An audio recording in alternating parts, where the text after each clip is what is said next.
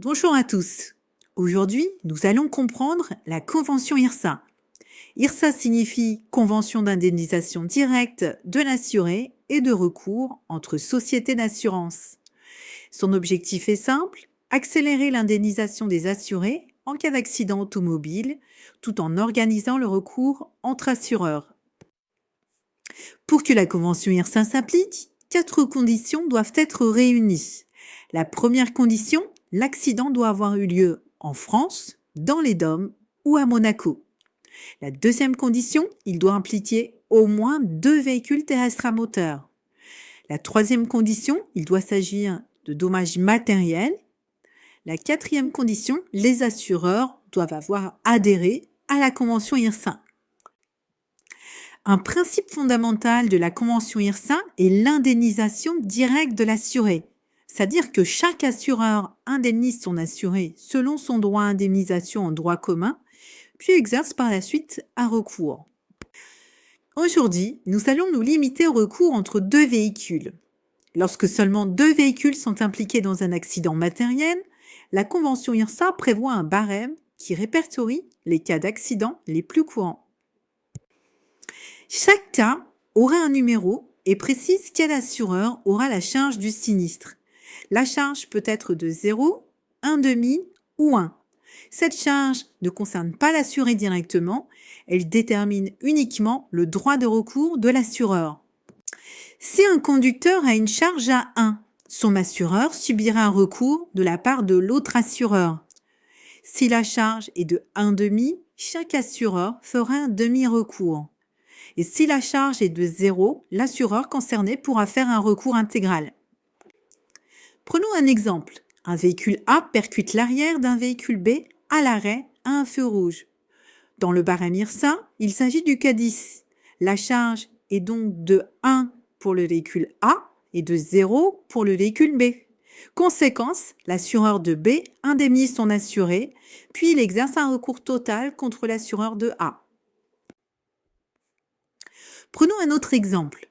2 véhicules roulent sur une route à 2 voies. Les 2 conducteurs changent de fil en même temps et se heurtent. Il s'agit du cas 13 de la convention IRSA. La charge est de 1,5 pour chaque assureur. Conséquence, chaque assureur indemnise son propre assuré selon les garanties souscrites, puis chaque assureur fera un demi-recours contre l'assureur adverse. Le barème ne tient pas compte de la vitesse exacte, de l'intensité du choc ou de la gravité des dommages. Il se fonde uniquement sur la manœuvre effectuée au moment de l'accident. C'est une logique standardisée pour éviter les discussions interminables entre compagnies d'assurance. Une fois la répartition de la charge du sinistre déterminée, on passe à la deuxième étape, le calcul du montant du recours, soit forfaitaire, soit au réel. L'assiette de recours correspond à la base de calcul sur laquelle l'assureur va exercer son recours. Il existe 2 situations, soit le véhicule est réparable, soit il est irréparable. Si le véhicule est réparable, alors l'assiette de recours correspondra à ce montant. Prenons un exemple. Un véhicule subit un accident, mais toutefois, le véhicule est réparable. L'expert estime le montant des réparations à 3 000 €. Dans ce cas-ci, l'assiette de recours correspond au montant des réparations, c'est-à-dire les 3 000 €.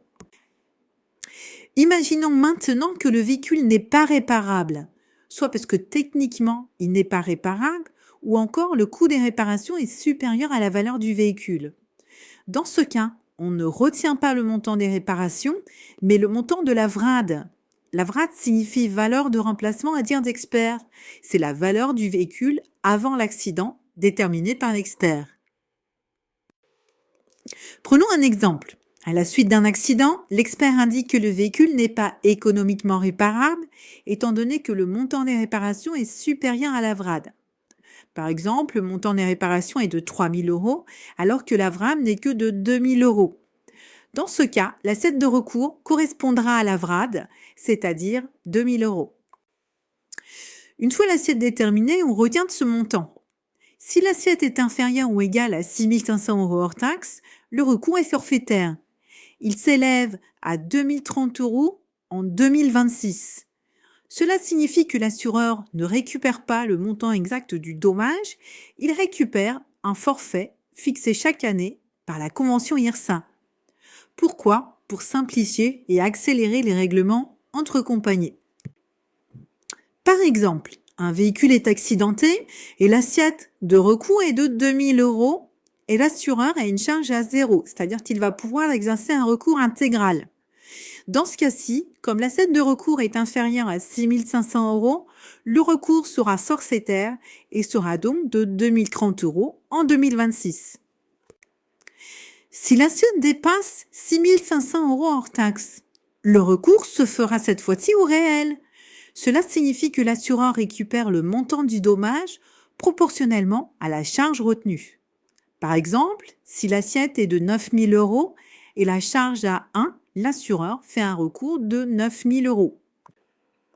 En conclusion, la convention IRSA repose sur une logique simple et structurée.